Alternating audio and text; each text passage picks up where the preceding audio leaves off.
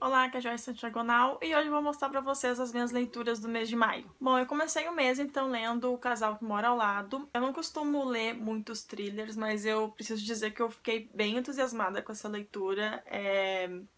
Quando eu comecei a ler, eu não consegui parar até concluir, porque uma coisa leva a outra, assim, e é bem instigante. Nesse livro a gente vai conhecer então o Marcos e a Anne, que são os pais então da Cora, que é um bebezinho de 6 meses, e eles vão ser convidados então para um jantar na casa dos vizinhos.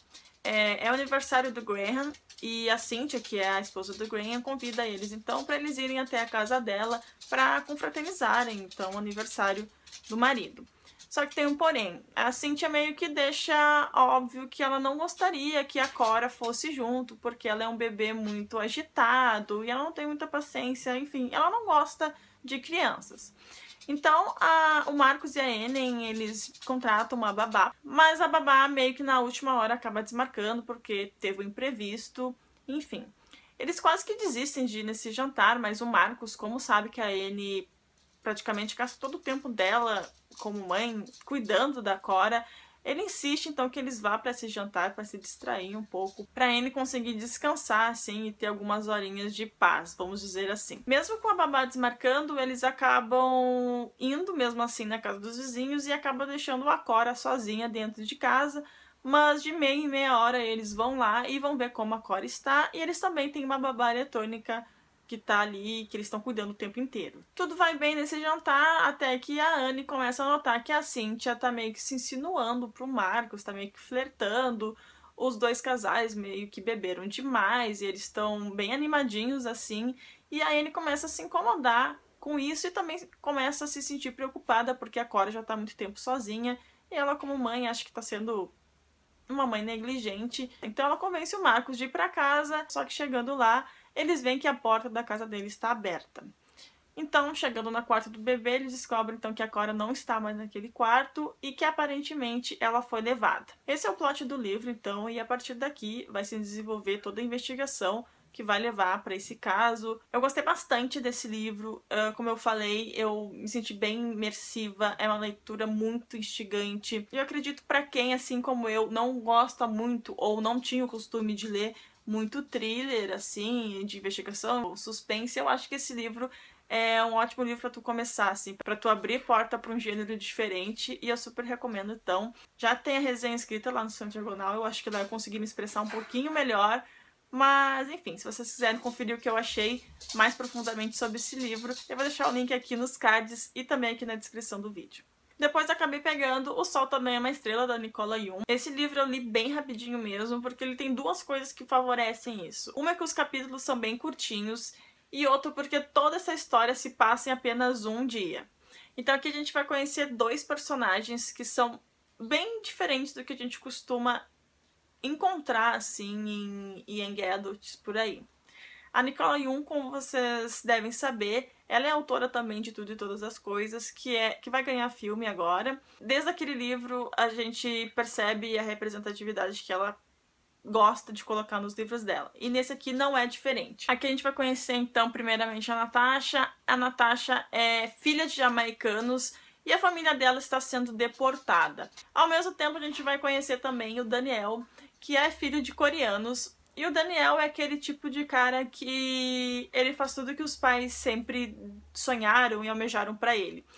Só que isso não é muito bem o que ele quer pra ele. O Daniel sempre sonhou em ser poeta, mas o pai sonha que ele se inscreva na faculdade de medicina, e é meio que isso que ele acaba fazendo, mesmo não sendo o sonho dele. Esses dois personagens, então, eles são bastante diferentes, têm ideias diferentes, sabe? Enquanto a Natasha é bastante cética, o Daniel ele é bastante sonhador, enfim. E eu gostei muito dessa mescla, sabe, de personalidades que tem nesse livro. E obviamente que eles vão se encontrar neste dia e eles vão começar a se conhecer, e um acaba que mudando o outro, um acaba que ajudando o outro.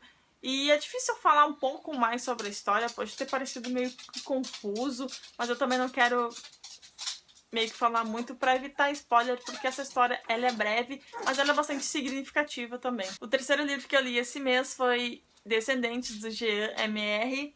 E esse é uma fantasia, então, jovem adulta. Eu gostei bastante da leitura, eu acho que o Jean conseguiu criar um universo bastante amplo, assim, com muitas nomenclaturas, mas também eu não fiquei perdida na história.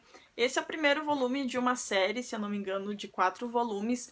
E eu também já resenhei esse livro lá no Estante Diagonal, e eu vou deixar o link para vocês aqui nos cards ou também aqui na descrição para vocês conferirem e conhecer um pouco mais sobre esse livro, que é de autoria nacional. Depois eu queria ler uma coisa mais levezinha, vamos dizer assim, e eu peguei Sem Juízo, da Emma Chase. Essa autora, para quem não conhece, ela é autora de Atraído. Era uma série de 4 livros, que também saiu pelo universo dos livros. E aqui, nessa nova série, é meio que um spin-off dessa primeira série dela lançada no Brasil. E aqui a gente vai conhecer a Sofia Santos. A Sofia é filha de brasileiros, então, mas que moram nos Estados Unidos. E o outro protagonista é o Stanton.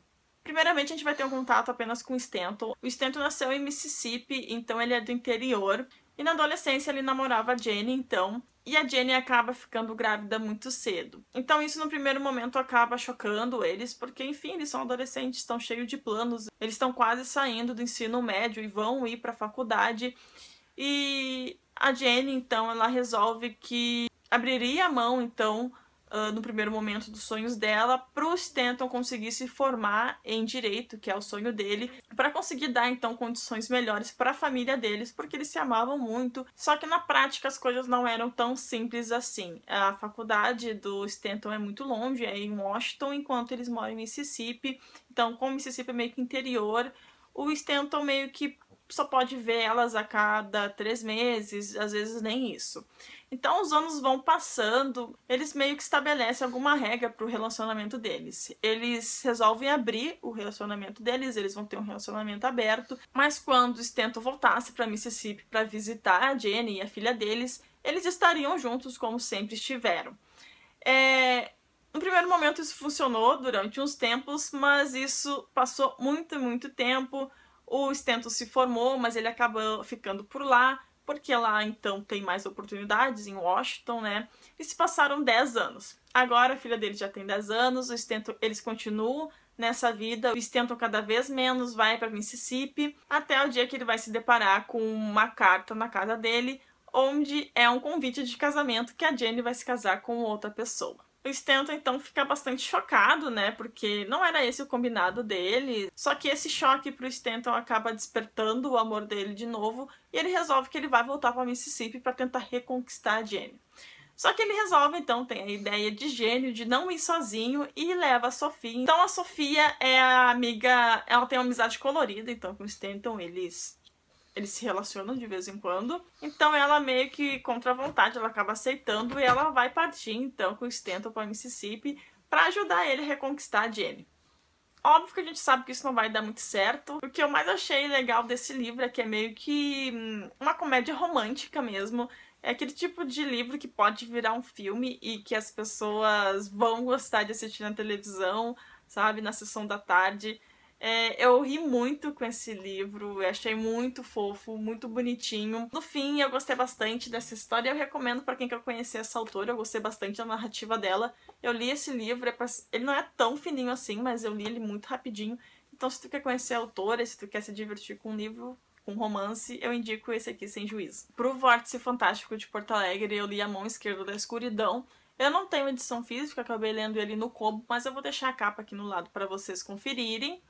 E esse livro é uma ficção científica, então, da Ursula Le Guin. Então, por esse motivo, eu já gostei bastante de conhecer uma ficção científica escrita por uma mulher no ano em que ela escreveu, que foi 1959, se eu não me engano. Mas se eu estiver errado, eu também vou corrigir.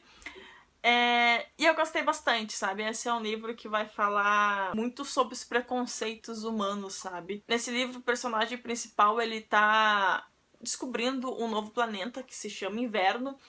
E nesse planeta as pessoas, elas não têm gênero. Eles são as duas coisas, dependendo do tempo. Então chega um momento em que eles vão entrar meio que num cio. Não é essa palavra no livro, tá? Mas para eu poder explicar melhor eu vou usar ela. E dependendo das pessoas que estão próximas dele, do momento, eles vão acabar aderindo características femininas ou masculinas. E dessa forma que então eles podem se relacionar e até procriar. A gente vai ter muitos questionamentos sobre a natureza humana, sobre os preconceitos humanos, o quanto o ser humano é condicionado a ter certas ideias por causa desses preconceitos que, enfim, que estão intrínsecos assim na nossa essência há muito tempo.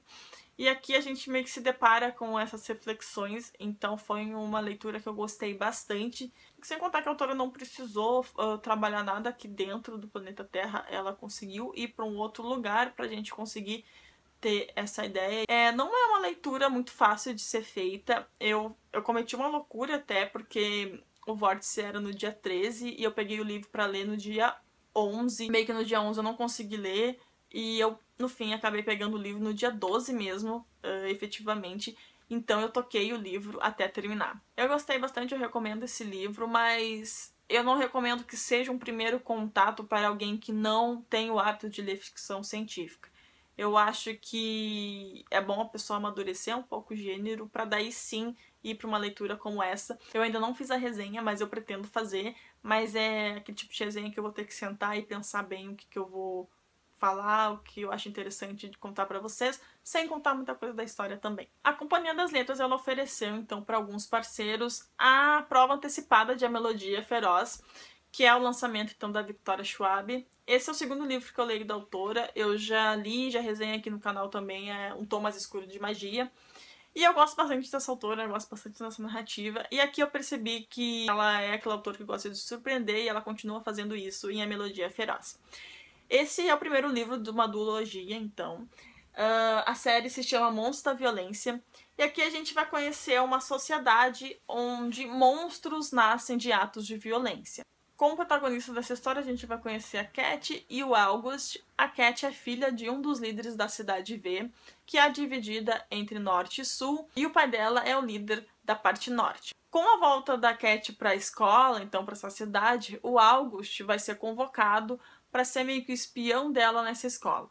O August é filho, então, do líder da parte sul, só que esse líder é bem diferente do pai da Cat. Ele é mais pacifista, assim, vamos dizer assim. Só que o August, então, ele tem um segredo, ele é um Sunai, ele e os irmãos dele, e por esse motivo, então, que ele é uma das maiores armas do lado sul. Vai acontecer alguma coisa, então, em onde esses dois personagens, o August e a Cat, vão ter que se unir para conseguir sobreviver, mesmo que eles sejam de lados opostos e tenham ideias tão diferentes assim, porque eles são filhos de líderes com ideologias diferentes. Eu gostei bastante desse livro, eu gostei muito da forma como a autora criou esse universo, da forma como esses monstros surgem, a forma como ela brinca assim como quem são os verdadeiros monstros, os humanos ou esses monstros que surgem de atos violentos de humanos, sabe?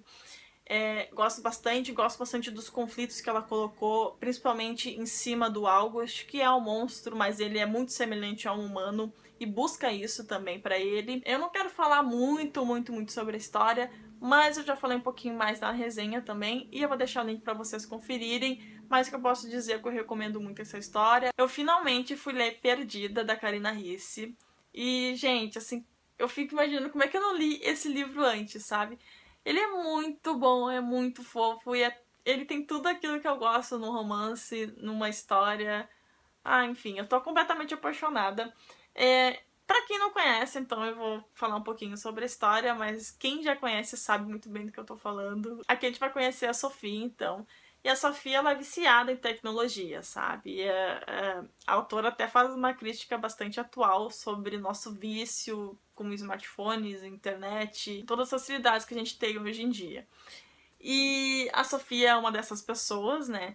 E ela é uma personagem também muito descolada, assim. Ela é uma mulher, ela já tem 24 anos, bastante livre, independente. Ela é uma mulher tudo de bom. E ela também é muito engraçada, tá? A história basicamente começa quando a Sofia vai para um jantar junto com um casal de amigo delas, que vai ser a Nina e o Rafael.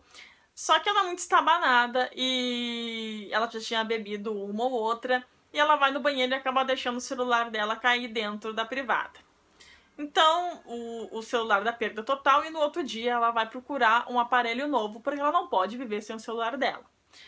Ela chega numa loja, então, e uma atendente bastante misteriosa vai atender ela.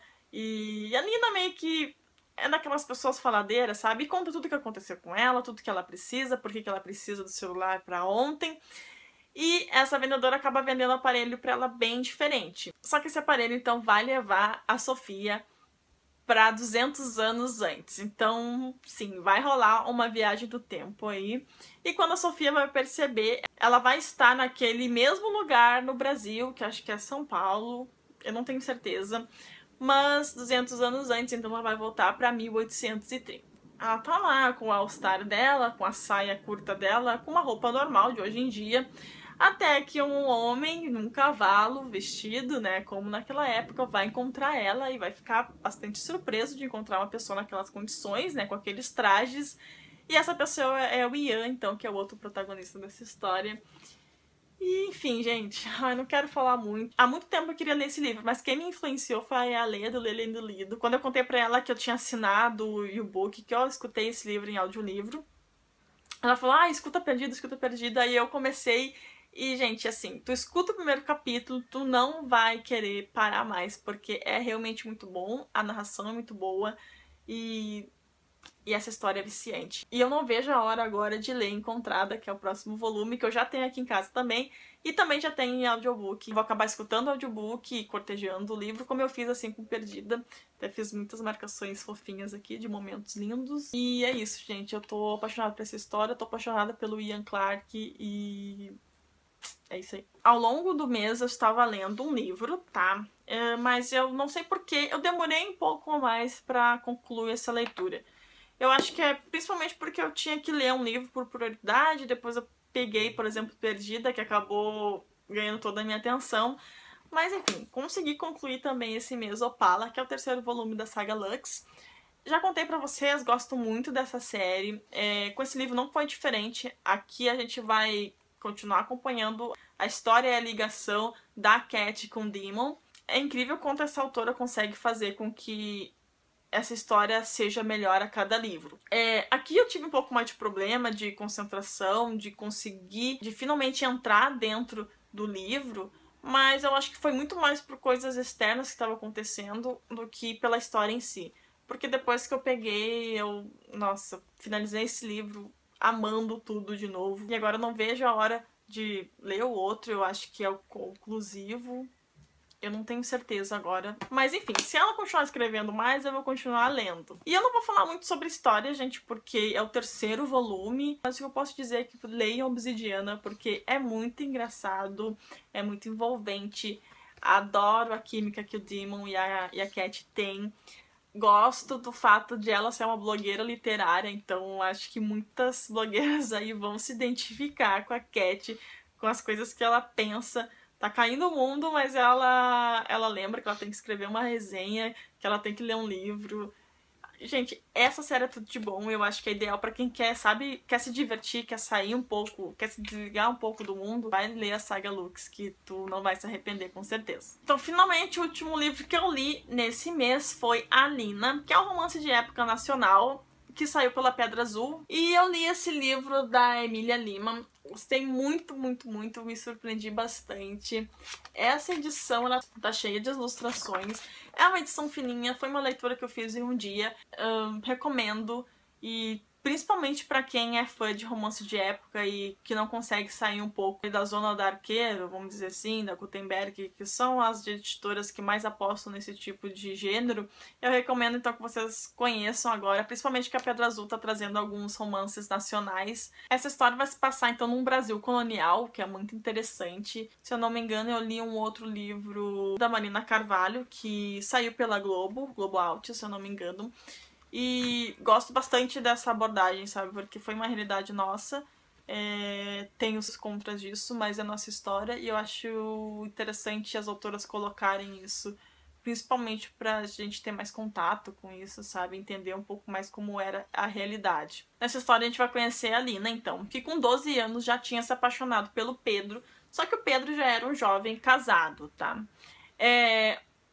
Conforme os anos vai passando, a Nina vai crescendo, vai se transformando numa linda mulher, e o Pedro vai acabar se interessando por ela também, mas é meio que um amor proibido, porque, enfim, ele já era um cara comprometido, um lorde comprometido, e eles vão acabar se envolvendo, mas eles vão acabar separados por algum motivo aí do destino. Depois a gente vai acompanhar a Alina, onde ela vai acabar conhecendo um jovem mestiço, e ela vai ficar bastante dividida, então, com o amor dela pelo Pedro e com esse jovem, e a partir daí a gente vai desenvolver toda a história.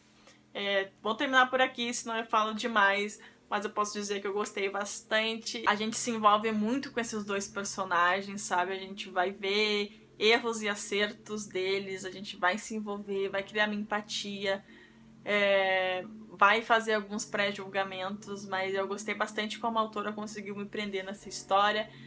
E, enfim, gente, não vou falar demais porque eu acabo contando. Pode ser que eu conte alguma coisa que vai estragar a experiência de leitura de vocês, mas o que eu posso dizer é que eu gostei bastante e recomendo esse romance de época.